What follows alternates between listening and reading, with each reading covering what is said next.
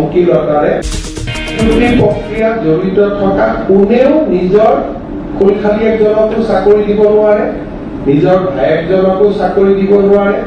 গতিকে প্ৰথমৰ পৰা স্বভাৱগতভাৱে মানুহে অনীহাতি আৰম্ভ কৰে। মেৰিটত নিযুক্তি দিয়া আটাইতকৈ প্ৰত্যাহ্বান আৰু আটাইতকৈ কঠিন কাম, যিহেতু আমাৰ সমাজখন পঙ্কিলতাৰে পৰিপূৰ্ণ, পঙ্কিলতাৰ কোনো অভাৱ নাই।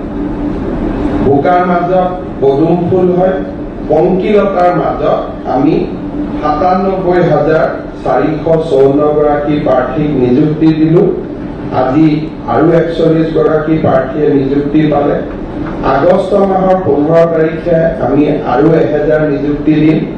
আমাৰ লক্ষ্য যে ১ লাখৰ সীমা পাৰ হৈ আমি যাতে ১.৫ লাখত গৈ শেষ কৰিব পাৰো, অৰ্থাৎ মোৰ মুখ্যমন্ত্ৰীৰ কাৰ্যকালতে